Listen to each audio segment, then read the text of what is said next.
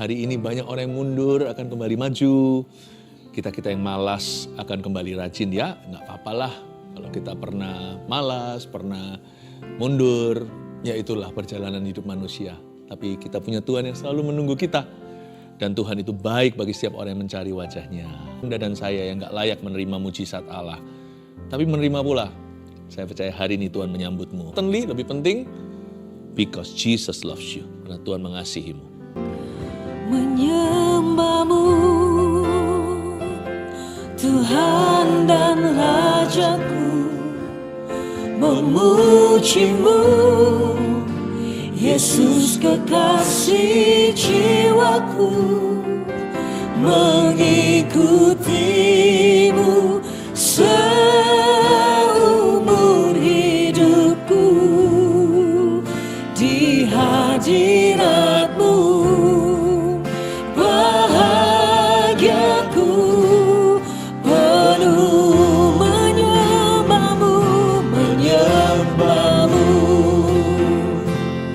Tuhan dan Rajaku, memujimu, Yesus kekasih jiwaku, mengikutimu seumur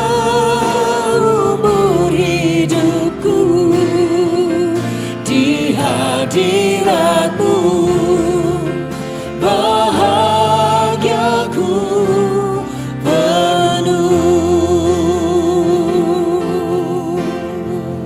Kami rindu lebih lagi Tuhan. Ku rindu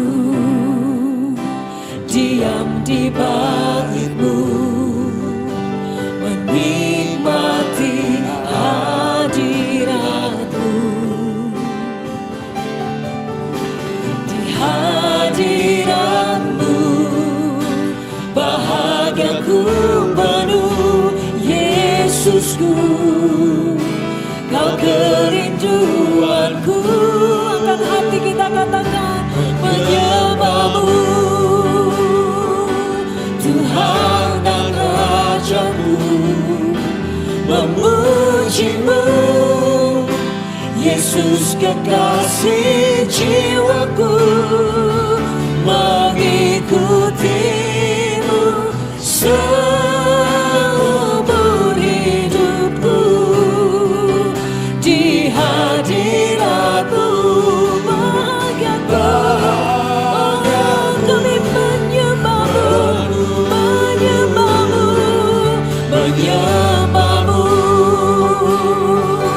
Tuhan dan Rajaku, memujimu, Yesus kekasih jiwaku, mengikutimu seumur hidupku, di hadirat-Mu. Oh, itulah kebahagiaan kami Tuhan.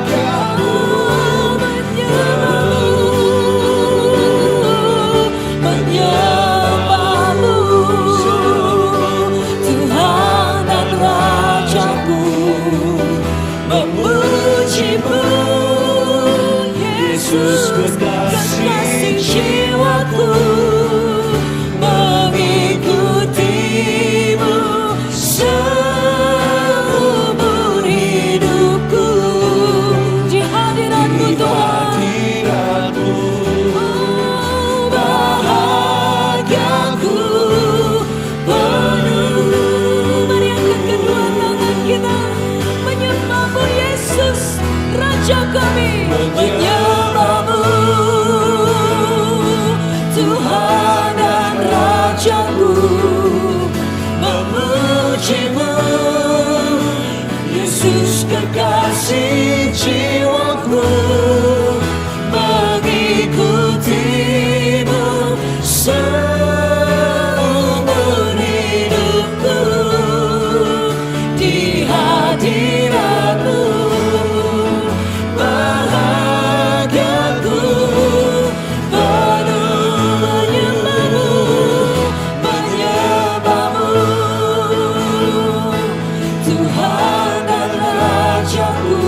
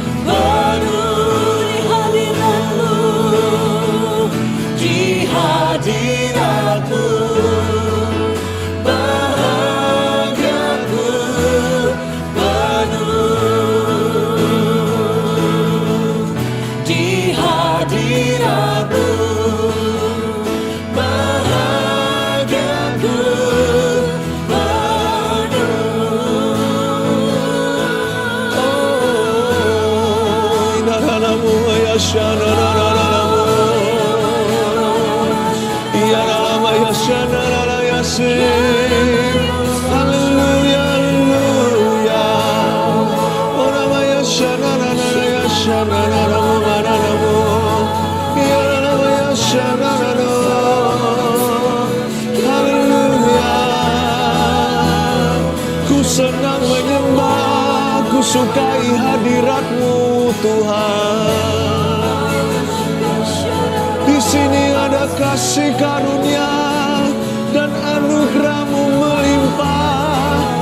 Ku mau tetap di sini Tuhan, tak mau tak ingin kemana-mana, mendekat padamu Yesus, dan Kau kan mendekat pada kami. Haleluya, namanya Yesus, hiara namanya Shandana namanya Yesus. Hiara namanya Shandana namanya Yesus. Hiara namanya Shandana namanya Yesus. Hiara namanya Shandana namanya Yesus. Hiara namanya Shandana Haleluya, menyembah-Mu Tuhan dan Rajaku, memuji-Mu Yesus kekasih jiwaku, mengikuti-Mu seumur hidupku. Di hadirat-Mu bahagiaku penuh. Kasih karunia itu hanya bisa bertambah. Makin ku mengenal-Mu, makin ku haus akan Engkau. Semakin aku mengenal-Mu, semakin aku mengasihi-Mu. Aku tidak mau datang dan pergi, cabut dan kembali. Aku mau terus berjalan dengan Tuhan, makin lama makin kuat. Tuntun kami yang undur supaya kembali ke hadirat-Mu Tuhan. Mendekatlah kepada Allah, maka Ia akan mendekat kepadamu. Firman ini kami pegang di saat teduh bersama hari ini. Tuhan, bahagiaku penuh ketika aku ada di dekat-Mu. Di situ melimpah kasih karunia-Mu. Sampaikan sabda-Mu Tuhan, beritakan kebenaran-Mu lewat mulut hamba-Mu, lidah bibirku. Tutup bungkus dengan darah Yesus, sembunyikan hamba di balik salib-Mu. Terima kasih Bapa di sorga, dalam nama Yesus. Amin. Ketika berdoa untuk saat teduh bersama today, hari ini, saya mendapat janji Kristus. Roh Kudus seperti membisikkan ada banyak sekali yang undur akan kembali. Dan tiba-tiba diketuk aja hatinya, digerakkan untuk ikut saat teduh bersama hari ini. Orang-orang yang sudah bolong-bolong saat teduh pribadi dan udah lama gak ikut saat teduh bersama juga. Acara ini untuk Anda. Jangan undur, maju, cabut, pergi, cabut, datang kembali. Ayo mulai hari ini konsisten dengan Tuhan ya. Kita haus dan lapar, pasti kita akan dipuaskan. Jangan menjauhi kasih karunia. Kasih karunia itu juga bisa ditemukan lewat pertemuan. Jangan jauhkan dirimu dari pertemuan-pertemuan ibadah. Sebab ada urapan di sana. Supaya agar jangan tumbuh akar kepahitan yang mengkamirkan banyak orang. Orang yang menjauhi kasih karunia cenderung nanti ujungnya dia menjadi orang yang kecewa sama Tuhan. Dan biasanya dimulai dengan kecewa sama manusia. Lalu timbullah akar kepahitan yang sudah tidak ketolongan. Kita belajar dari satu desa namanya di Indonesia. Ada sebuah desa yang luar biasa. Kalau saat teduh bersama selalu jalan itu sepi. Saya dengar report ini luar biasa. Desa apa namanya? Desa Tamiang Layang. Ya, Desa Tamiang Layang. Kalau Anda menyaksikan dari situ, halo, God bless you. Kagum sama Anda sekalian. Tempat langsung sepi kalau lagi saat teduh bersama. Semua masuk rumah, ibadah bersama-sama. Itu desa pasti penuh dengan kasih karunia. Mari kita belajar dari mereka. Kalau ikut Tuhan itu yang konsisten ya. Apalagi orang-orang kota dalam kesibukannya. Jangan lupa bahwa yang kita butuhkan adalah Tuhan. Jangan jauhi kasih karunia. Lukas 7 ayat yang ke-18 sampai 23. cerita tentang Yohanes Pembaptis di dalam penjara, saya bacakan dulu seluruh ayatnya. Ketika Yohanes mendapat kabar tentang segala peristiwa itu dari murid-muridnya, ia memanggil 2 orang dari antaranya dan menyuruh mereka bertanya kepada Tuhan, "Engkaukah yang akan datang itu, atau haruskah kami menantikan seorang lain?" Ketika kedua orang itu sampai kepada Yesus, mereka berkata, "Yohanes Pembaptis menyuruh kami bertanya kepadamu, engkaukah yang akan datang itu, atau haruskah kami menantikan seorang lain?" Pada saat itu Yesus menyembuhkan banyak orang dari segala penyakit dan penderitaan, dan dari roh-roh jahat, dan ia mengaruniakan penglihatan kepada banyak orang buta. Dan Yesus menjawab mereka, "Pergilah dan katakanlah kepada Yohanes apa yang kamu lihat dan kamu dengar. Orang buta melihat, orang lumpuh berjalan, orang kusta menjadi tahir, orang tuli mendengar, orang mati dibangkitkan, dan kepada orang miskin diberitakan kabar baik. Dan berbahagialah orang yang tidak menjadi kecewa dan menolak aku." Yang sudah lama tidak saat duduk bersama, mari mendekat lagi pada kasih karunia. Ayat 18 cerita tentang Yohanes Pembaptis dalam penjara, saya jelaskan ayat per ayat. Ketika Yohanes mendapat kabar tentang segala peristiwa itu dari murid-muridnya, berhenti di sana. Saya rasa Yohanes mendapatkan, Yohanes punya informan yang salah. Bukan salah berita, tapi salah fokusnya. Hati-hati bagaimana Anda memproses sebuah informasi. Sebab cara Anda memprosesnya atau Anda fokus ke apa, itu menunjukkan sekali kerohanian kita sedang dalam posisi seperti apa di hadapan Tuhan. Bagaimana kita memperoleh kabar. Sama-sama mendengar.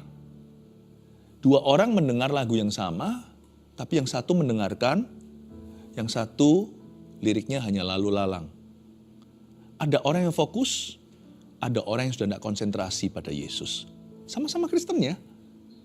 Dan ketika kita menerima sebuah kabar, informasi, atau berita, atau cerita, kok bisa ya? Orang yang satu mendapat berkat, yang satu lagi mengkritisi. Nggak perlu lagi. Lain cerita kalau kritikan membangun, tapi hal-hal yang dicari-cari. Saya yakin Yohanes tidak memperoleh informan yang baik. Karena di dalam ayat Alkitab yang lainnya, kita tidak usah buka sekarang, pernah sekali Yohanes mendapat berita, sewaktu itu Yohanes lagi kuat rohaninya. Dia belum dalam penjara, dia sedang berjaya, dia sedang memberitakan kerajaan Allah akan datang, mempersiapkan jalan bagi Tuhan. Banyak orang dibaptiskan di sungai Yordan. Lalu tak lama kemudian Yohanes masih terus baptis, tapi sudah pindah sungai ini ceritanya.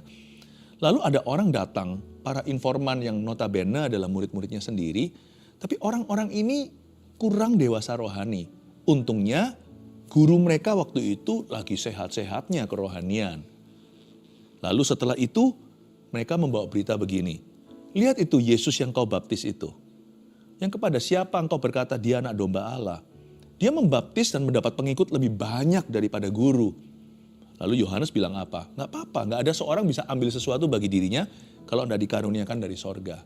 Dia harus makin bertambah, ku harus makin berkurang. Nah, waktu itu Yohanes begitu. Waktu ini beda. Dia dalam penjara, ekspektasi tidak berjumpa dengan realita. Ketika Yohanes mendapat kabar tentang segala peristiwa itu dari murid-muridnya, saya punya pertanyaan. Kenapa murid-murid itu belum jadi murid Yesus waktu itu? Kan bukannya Yohanes itu mempersiapkan jalan saja. Harusnya dia kosong murid setelahnya. Semua dikasih ke Yesus kan. Kenapa kok masih bertahan murid-murid ini dengan Yohanes Pembaptis? Buat apa kita masih bicara dengan bayang-bayang kalau sudah ketemu sama orangnya?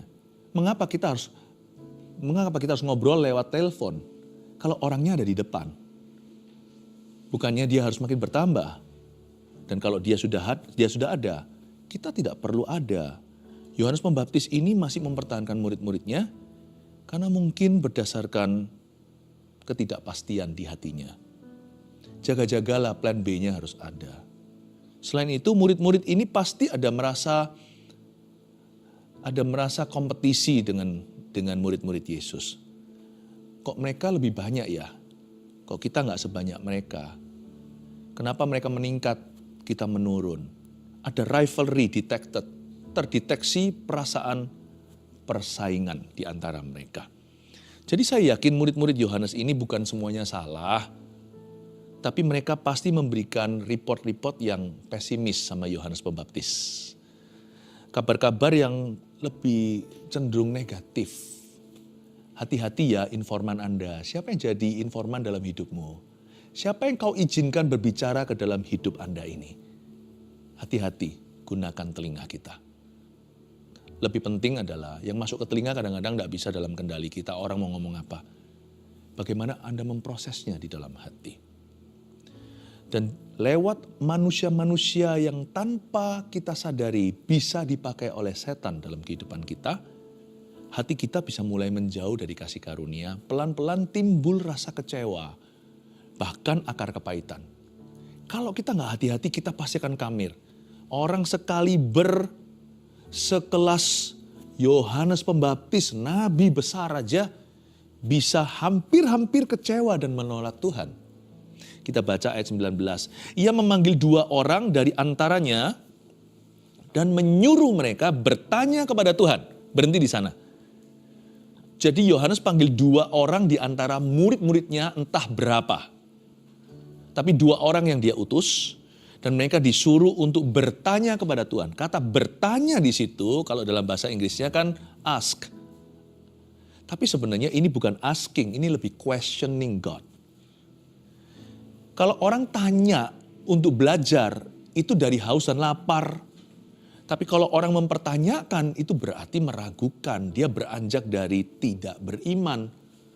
Mencoba membuktikan kesalahan. Coba ya, kalau kita baca Alkitab dengan demi mencari-cari kesalahan padanya, kita merasa diri benar, merasa diri hebat, merasa tahu segala sesuatu. Kita mau buka Alkitab untuk membuktikan bahwa pengajaran Yesus tidak benar. Kita tidak akan diselamatkan oleh karenanya. Meskipun ada kesaksian orang yang begitu awal mulanya, lalu tengah-tengah Roh Kudus berkarya, lalu dia bertobat, ya ada. Tapi itu adalah keajaiban dari sisi Tuhan. Tapi kalau kita baca Alkitab bukan dari hati yang mau belajar, kita tidak akan dapat banyak. Seperti orang Farisi yang tahu segala sesuatu tentang Allah Israel. Belajar teologia lagi. Tak terkecuali Saulus dulu belajar di bawah didikan Gamaliel. Sekolah tertinggi zaman itu yang paling canggih. Bertobatkah dia? Tidak, sampai dia bertemu Tuhan muka dengan muka lewat sinar terang. Kita harus mengerti sesuatu. Ini bukan sekedar bertanya kepada Tuhan, ini mempertanyakan Tuhan. Disinilah masuk iman yang pelin-pelan atau seperti anjing yang kembali menjilat muntahnya. Bukankah Yohanes dulu pernah beriman dan berkata itulah anak domba Allah. Statement of faith atau pernyataan iman itu sudah dicatat di kitab Injil. Itu didengar ribuan. Tapi sekarang kenapa dia balik kucing? Kenapa dia menyesal? Menyuruh mereka bertanya kepada Tuhan, engkaukah yang akan datang itu? Atau haruskah kami menantikan seorang lain? Pada dasarnya Yohanes kurang menjaga hati, tapi saya nggak bisa salahkan dia karena kita juga kayak dia, sama aja. Tapi kita bisa belajar dari cerita ini, semua tertulis sebagai pembelajaran. Semua ditulis ini supaya kita tidak mengulanginya. Dimulai dengan negatif informan, lalu hati nggak dijaga itu seperti minyak ketemu api, langsung meledaklah situasi. Yohanes menyuruh 2 orang murid diantaranya bertanya, engkaukah yang akan datang itu? Mungkin di sini ada sedikit kebingungan di hati Yohanes antara dia memandang Yesus sebagai Mesias atau yang akan datang itu. Seperti salah satu nabi yang dinubuatkan di kitab Wahyu. Yang nanti akan datang. Yang akan berperang di arena politik suatu hari. The one who is coming yang akan membebaskan Israel dari cengkraman Roma. Jangan lupa loh Yohanes Pembaptis ini tulen Yahudi. Dia juga cinta negara dan bangsanya. Tercampur baur antara kerajaan sorga dan kerajaan manusia. Dia juga pedulikan Israel yang setiap hari dijajah. Itu orang-orang Roma, perkecualian ada perwira yang baik yang minta tolong sama Yesus. Sebagian besar yang namanya penjajah ya pasti menekan mereka. Yohanes mungkin melihat orang tuanya sendiri juga nggak nyaman. Yohanes mungkin melihat saudara-saudaranya kurang hidupnya tidak layak. Dia pasti juga tidak merasa gimana di dalam hatinya. Dia merasa, kenapa kalau engkau memang sungguh-sungguh Mesias, kok sampai hari ini engkau belum berbuat sesuatu untuk melepaskan kami dari cengkraman Romawi dan aku dalam penjara, aku yang mempersiapkan jalan untukmu. Kenapa aku tidak pernah kau jenguk? Bukan karena Yesus tidak mau membesuk. Tapi Yesus jalan ke semua kota itu, penuh kota itu berdesak-desakan sampai bersenggol-senggolan. Saling menginjak-injak untuk pegang puncak jubahnya. Dan Yesus bukan datang untuk keluarga sendiri. Dia adalah juru selamat dunia. Dia datang untuk naik ke Kalvari. Mati bagi you and me. Tapi Yohanes mungkin take it personally. Dia sangat merasa kecewa secara pribadi. Kenapa aku masih dalam penjara? Kenapa engkau tidak lepaskan aku? Bukan Yohanes takut menderita, tapi ya Yohanes mempertanyakan kasih Allah. Kalau memang dia Mesias, kenapa dia diam saja? Belum lagi pengajaran Yesus. Mungkin membuat dia sedikit semi bingung nih di dalam penjara itu. Hatinya menjauh, makanya dia kritisi yang gak perlu. Misalnya apa? Misalnya dia pernah menyebut orang-orang Farisi ahli Taurat itu ular beludak. Atau pemungut-memungut cukai juga disebut demikian. Bertobatlah. Loh sekarang kok Yesus makan sama pemungut cukai itu gimana? Bahkan salah satu dijadikan muridnya yaitu Matius yang disebut Lewi itu. Gimana sih? Aku sebut mereka ular beludak. Kenapa jika engkau Mesias engkau makan bersama dengan mereka? Kok tidak bebaskan Israel juga? Malahan engkau sembuhkan hamba seorang perwira Italia. Gimana sih? Yohanes garuk-garuk kepala. Dia tidak jaga kerohaniannya, dia mulai perlahan-lahan, ini bukan 1-2 minggu tapi beberapa bulan, atau bahkan tahunan. Yesus mulai pelayanan, sudah menyembuhkan orang. Lalu setelah itu Yohanes mempertanyakan, apakah engkau Mesias? Dan dia karena dia tidak menjaga kerohaniannya, hatinya mulai diseret keluar dari kasih karunia. Belum keluar sih, tapi mulai ke pinggiran kasih karunia itu. Dia mulai tidak masuk dalam rencana utama Allah di dunia. Dia mulai terisolasi, masih mempertahankan kejayaan masa lama. Gak bisa kalau ikut Yesus. Meskipun doktrin tidak berubah, setiap hari kita harus menerima firman Tuhan secara segar. Kalau kita tidak mengikut Tuhan dari dekat, lama-lama hati kita menjauh dan kaku. Sekali hati kaku, susah disirami, segala sesuatu dikritisi. Dan waktu itu terjadi sudah akut, sudah kronis. Itu gak bisa obat biasa atau generik. Itu sudah perlu templakan dan teguran secara keras. Dan Yesus lakukan itu. Coba Anda lihat apa yang mereka pertanyakan. Engkaukah yang akan datang itu? Atau haruskah kami menantikan seorang yang lain? Ayat 20, ketika kedua orang itu sampai kepada Yesus, mereka berkata, Yohanes Pembaptis menyuruh kami bertanya kepadamu. Engkaukah yang akan datang itu atau haruskah kami menantikan seorang yang lain? Di sini dia mengkontradiksi dirinya sendiri. Baru berapa pasal sebelumnya kalau Anda baca di Lukas, di kitab Injil yang lain, baru berapa pasal lewat dia berkata, lihatlah itulah anak domba Allah. Bukankah ada 2 muridnya yang gara-gara seruannya itu mengikut Yesus. Lalu Yesus sampai menoleh dan bertanya, apa yang kau inginkan? Lalu mereka berkata, di manakah engkau tinggal? Tuhan berkata, kemarilah dan lihatlah. Lalu mereka menginap. Saya yakin di antara 2 murid pertama Yesus itu salah satunya adalah Andreas, kokonya Petrus. Mereka berdua awal-awal yang mengikut Yesus. Mereka ex-muridnya Yohanes Pembaptis. Mereka ngikut Tuhan. Tapi sekarang 2 orang yang dia utus adalah untuk meragukan dan mempertanyakan Tuhan. Seperti orang yang menyesali imannya sendiri. Dulu dia di dalam kebangunan rohani, tapi sekarang dialah yang mencerca dan mencela kebangunan itu. Dulu dia menyelamatkan, sekarang dia yang berkata, ngapain sih sungguh-sungguh sama Tuhan? Gak usah fanatik lah. Padahal dulu dia yang mati-matian pelayanan. Dahulu kala kita yang menyebar berita, ayo saat teduh bersama. Sekarang kita harus terus-terus diingatkan.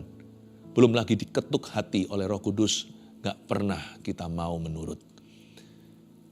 Sekarang Tuhan yang harus terus kejar-kejar. Dulu kita kejar-kejar Tuhan. Bukan Tuhan lari kemana-mana. Tapi saking hausnya kita gak mau berpisah. Gak mau jauh. Sekarang semuanya jadi serba rutinitas. Aneh ya. He regretted what he believed. Dia menyesali apa yang dulu dia yakini. Engkaukah? Atau kami harus tunggu yang lainnya? Sedih saya waktu baca ini. Tapi Tuhan tuh mengasihi. Yesus tuh sangat cinta sama Yohanes Pembaptis yang merupakan pendahulunya. Yohanes Pembaptis ini kurang lebih setengah tahun lebih tua dari Yesus. Yohanes dan Yesus itu masih kerabat. Seperti mamanya Maria dan Elizabeth. Mereka masih cousin, masih sepupu. Dan Yesus sangat-sangat mengasihi Yohanes. Bukan sebagai sepupunya saja secara lahiriah, secara jasmani. Tapi sebagai domba bagi Tuhan. Tuhan Yesus itu gembala. Yohanes ini manusia biasa. Seperti kita, Tuhan sangat cinta. Gembala agung itu sangat pedulikan domba-dombanya, termasuk yang hampir tersesat. Seorang nabi yang hampir murtad. Tuhan berkata sama dia, ayat 21. Pada saat itu Yesus menyembuhkan banyak orang dari segala penyakit dan penderitaan dan dari roh-roh jahat. Dan ia mengaruniakan penglihatan kepada banyak orang buta. Coba lihat, Yesus sedang apa waktu dia dipertanyakan. Pada saat itu, garis bawahi. Saat kapan? Kairos Tuhan, waktu Tuhan, yaitu waktu ilahi. Ketika Yohanes itu duduk di kursi penonton, bahkan kursi hakim. Hampir-hampir dia menghakimi Yesus. Bahwa Yesus bukan Mesias. Gampang sekali untuk melihat apakah orang itu rohaninya mulai mati. Ketika dia sudah tidak lagi bergerak dan dia tidak melibatkan diri. Dia hanya duduk di kursi pengunjung, penonton, spectator, dan komentator. Bahkan lama-lama tanpa disadari, kursi penonton itu berubah menjadi kursi mengadili. Lihat ya, orang yang suka menghakimi biasanya bukan orang yang berbuah. Sebab orang yang berbuah terlalu sibuk untuk menghakimi. Kalau Anda baca pada saat itu, saat apa? Waktu Yohanes duduk tidak berbuat apa-apa. Penjara pun bukan alasan tuh. Sekalipun orang dalam penjara, seperti Paulus dan Silas, mereka punya pilihan. Saya sebagai hamba Tuhan, berapa banyak umat Tuhan yang juga ada di penjara, baik itu oleh karena salah mereka atau karena mereka difitnah. Saya kunjungi, dari waktu ke waktu saya selalu luangkan satu ruang dalam pelayanan kami untuk mengunjungi mereka di dalam penjara. Jemaat, siapa, kalau ada di sana kami pasti akan aturkan waktu itu. Dan saya melihat dua macam orang di dalam sana yang putus pengharapan lalu meninggalkan Tuhan. Tapi juga ada orang-orang yang di dalam sana mencari Tuhan, bertobat dan mencari Tuhan. Lalu masih ada tipe ketiga. Orang-orang yang menjaga kerohaniannya malah dipakai Tuhan kepada sesama nabi. Ternyata punya pilihan. Tapi Yohanes tidak lagi melibatkan hatinya sama Tuhan. Dia tidak menyatu. Dia lebih menjadi seperti seorang juri. Dia melihat dari jauh. Itu bukanlah rencana Bapa. Pada saat itu, waktu Yesus menyembuhkan, Yohanes nonton doang. Waktu Yesus sedang mengaruniakan penglihatan, Yohanes mengkritisi dan mengadili. Inilah bedanya Yohanes dan Yesus di ayat 21.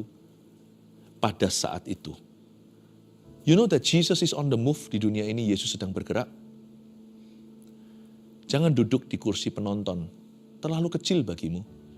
Apalagi di kursi penghakiman. Jangan duduk di sana, itu milik Tuhan. Kita perlu menguji segala perkara, saya setuju. Tapi menguji yang perlu, bukan lumber kemana-mana. Itu namanya kepo rohani. Itu namanya orang-orang yang suka urusi urusan yang jauh di luar takaran imannya. Sedangkan mungkin yang kita urusi itu rohaninya mereka lebih baik dari rohani kita. Buah mereka lebih nyata. Jadi hati-hati. Kalau Anda mulai mendapatkan hati Anda pahit, hati kita mulai hambar dan kita mulai negatif, mulai sarkastik, kita mulai tajam.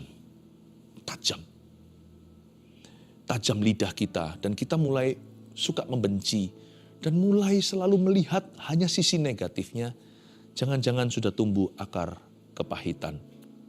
Ayat 22, dan Yesus menjawab mereka. Betapa indahnya jawaban Yesus. Yesus tidak berkata, iya, akulah dia. Buat apa Yesus ngaku-ngaku, ya kan? Bukannya pengakuan dari mulut orang lain. Dahulu kala seorang nabi namanya Yohanes Pembaptis pernah berkata, inilah anak domba Allah. Lalu kemudian ada suara lagi dari sorga. Atas dasar dua saksi, yaitu Allah dan manusia, Yesus tak perlu diragukan, dialah Mesias. Bukankah Bapa berfirman dari sorga didengar banyak orang? Inilah anakku, kepadanya aku berkenan. Lalu turun lagi burung merpati. Kalau Anda baca, Yesus tidak perlu lagi mengakui. Tapi dia bantu cousin-nya ini, pendahulunya ini. Dibantu, diarahkan kembali ke fokus yang sebenarnya. Pergilah dan katakanlah kepada Yohanes apa yang kamu lihat dan kamu dengar. Yesus tidak berkata, iya inilah aku. Tapi Yesus berkata, coba kamu jelaskan sekarang, hai informan. Apa yang kamu lihat, yang kamu dengar, jangan bumbuin, jangan tambahin, jangan kurangin. Yesus tahu ini. Suatu hari pada waktu Yesus ada di sebuah ruangan, ada orang yang mati tangan. Separuh badannya itu semacam kena stroke gitu, mati setengah. Mereka semua melihati Yesus, apakah dia akan sembuhkan untuk menangkap dia basa-basa. Bahwa dia bekerja di hari Sabat yang dilarang Musa.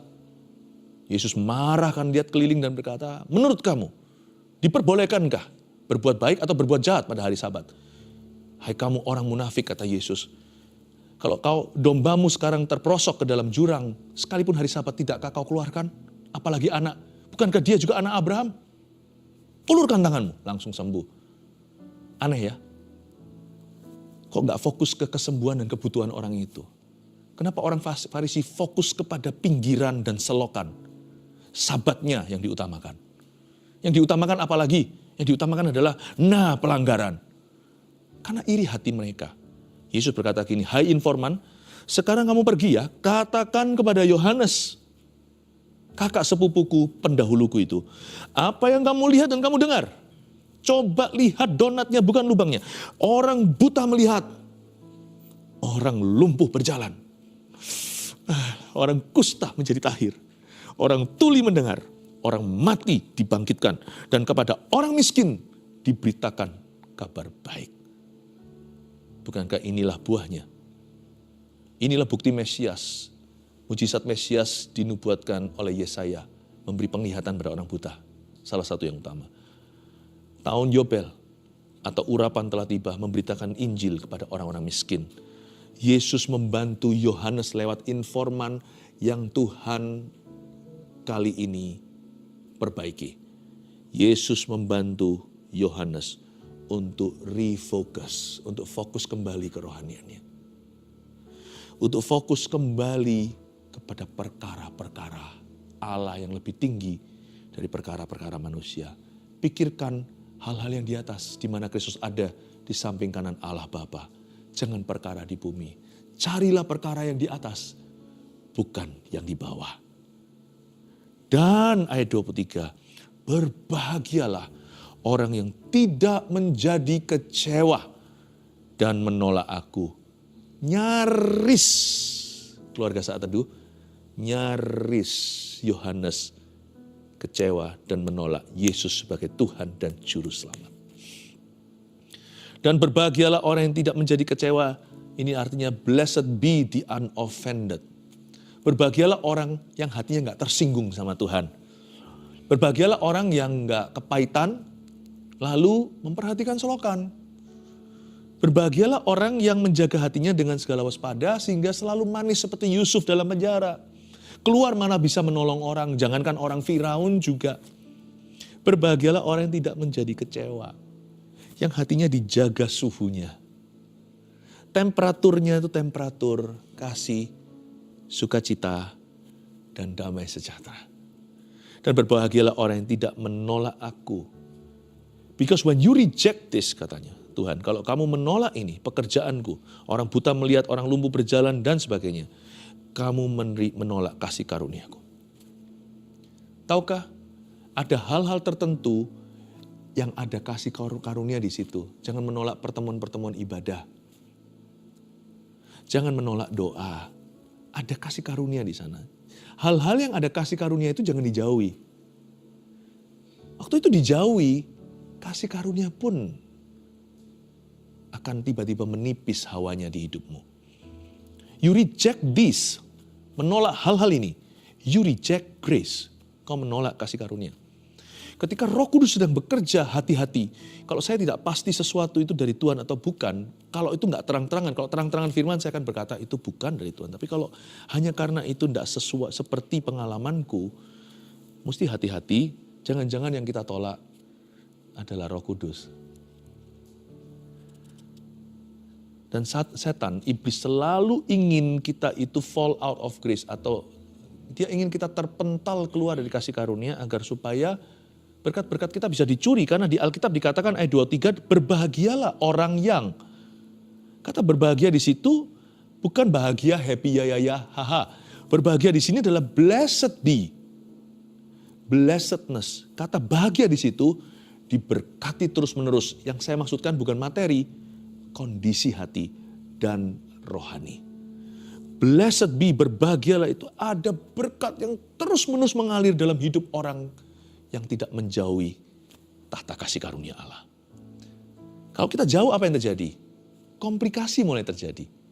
Biasanya mulai jauh dulu dari kasih karunia, terus komplikasinya apa? Ada aja hal-hal yang bukan dari Tuhan mulai terjadi di kiri kanan.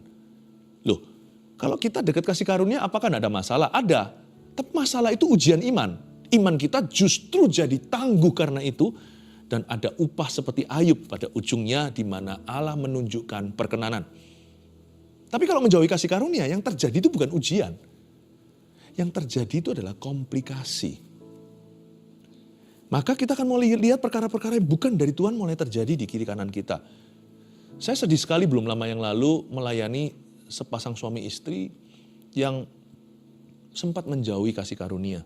Di masa-masa pandemi, entah gimana dia buat semuanya itu pause atau dibuat seperti dihentikan sementara, gampang lah. Nanti kasih karunia itu kan seperti makanan di kulkas bisa diambil setiap saat. Yang dia tidak sadari adalah hatinya nggak bisa digitukan. Sekali hati membeku tidak bisa lagi, susah untuk dilembutkan. Lalu masa-masa itu dia lalukan begitu aja. Murtad sih tidak, cuma dia gampangkan. Mulai kendor, padahal biarlah rohmu menyala-nyala dan layani Tuhan. Dia tidak perhatikan perintah Tuhan yang sifatnya bukan teguran, tapi seperti anjuran, biarlah rohmu menyala-nyala. Diabaikan, dianggap enteng gitu lewat. Saya sedih sekali anaknya barusan mencetuskan dia ateis. Saya lihat anak itu sebelum pandemi. Anak itu sangat lucu, baik. Sangat-sangat cinta Tuhan, rohani. 3 tahun setengah. Tiba-tiba menyebut dirinya ateis. Komplikasi mulai terjadi. I don't think itu ujian sih. Ujian begitu nggak boleh terjadi di keluarga kita. Karena keluarga kita kan sudah berapa generasi Kristennya. Lain. Komplikasi pun terjadi. Dan kadang-kadang menjauhi kasih karunia juga lewat keputusan. Hati-hati. Semua kan keputusan kecil ya.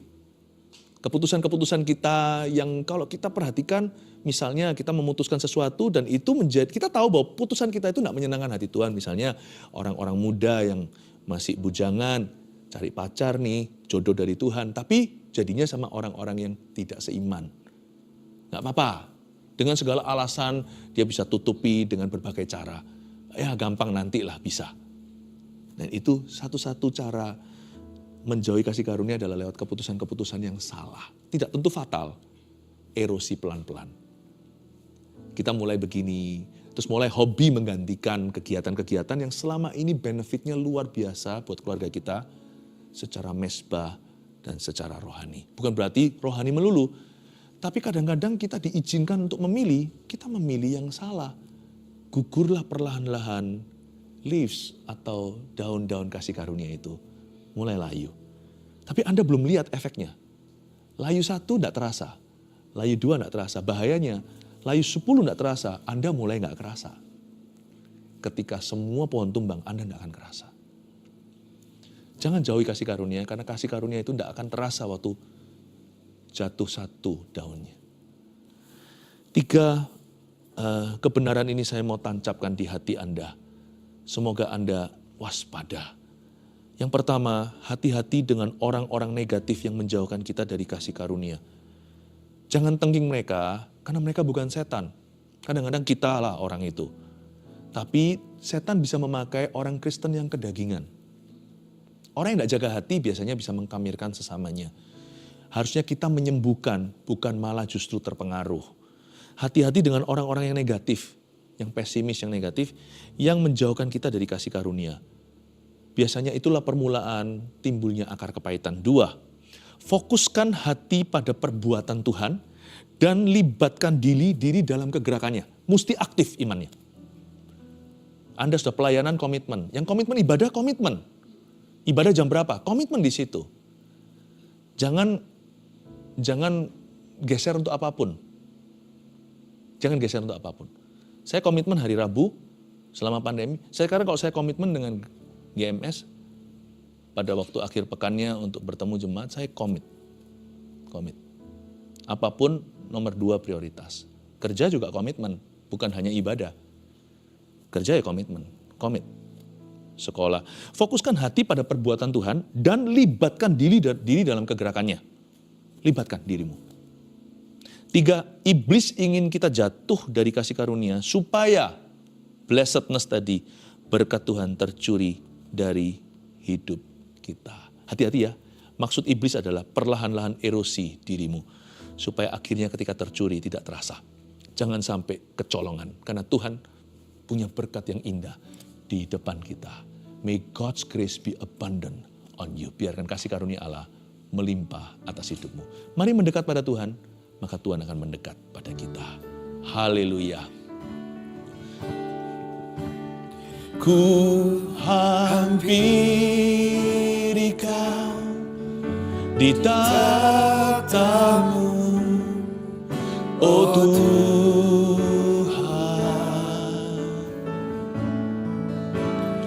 Bertemu muka di dalam kemuliaan-Mu, keindahan hadirat-Mu memenuhi hatiku. Ku hampiri Kau di tatamu, hampiri Kau di tatamu. Ku hampiri Kau di tatamu, Tuhan. Ku hampiri Kau di tahta-Mu, Tuhan. Mari mendekat ke kasih karunia. Hampiri Kau di tahta-Mu, oh Tuhan.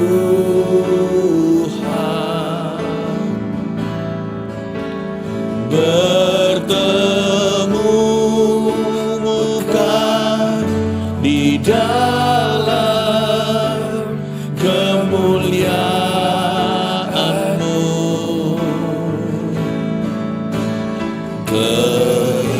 Keindahan hadirat-Mu memenuhi hatiku. Ku hampiri Kau di tatamu, hampiri Kau di tatamu.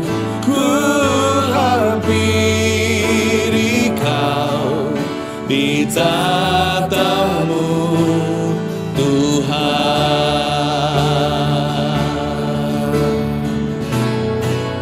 Ku hampiri Kau di tatamu, oh Tuhan. Bertemu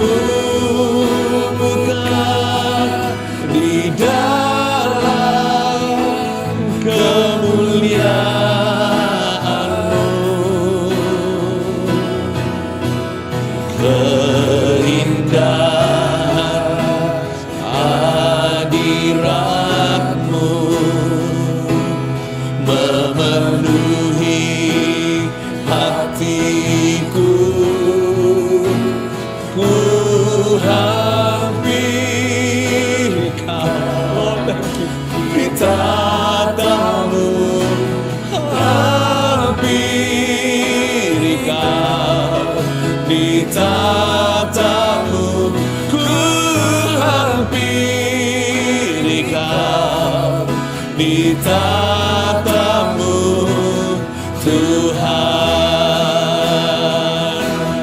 Haleluya.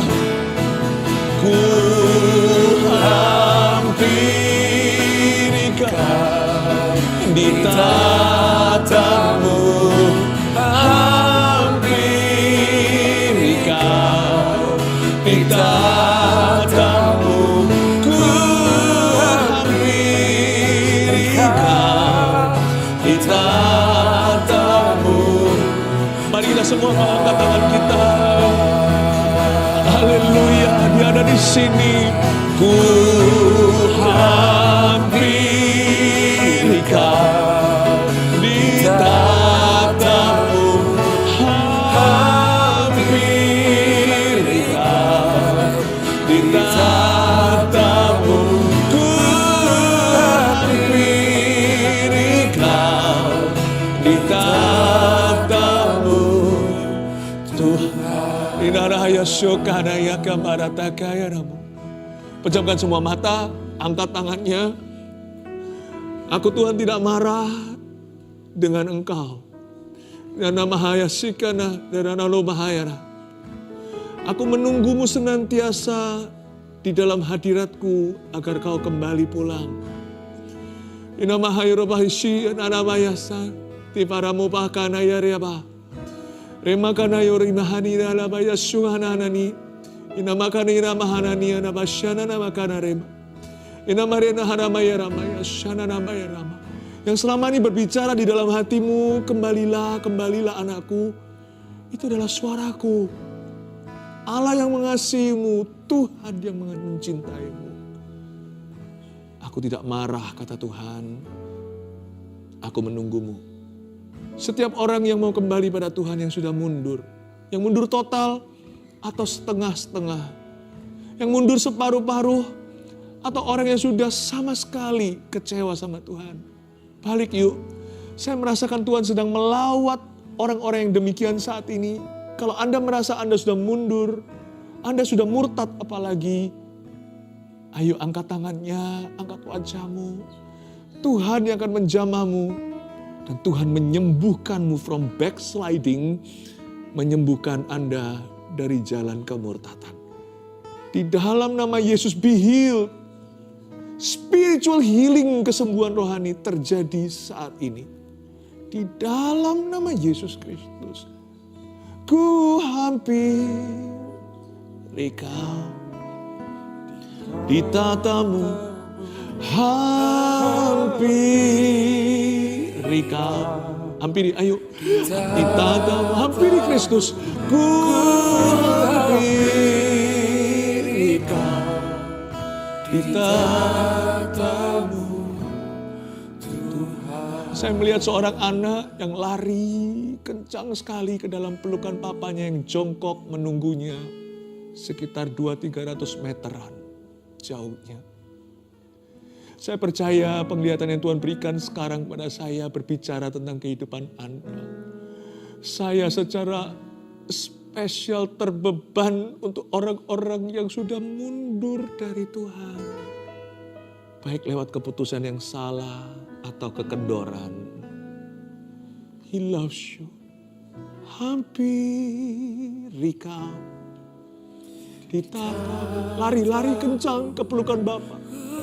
Ku hampiri Kau di tatamu, ya Mahaya Syamani, Jana Maraya Raya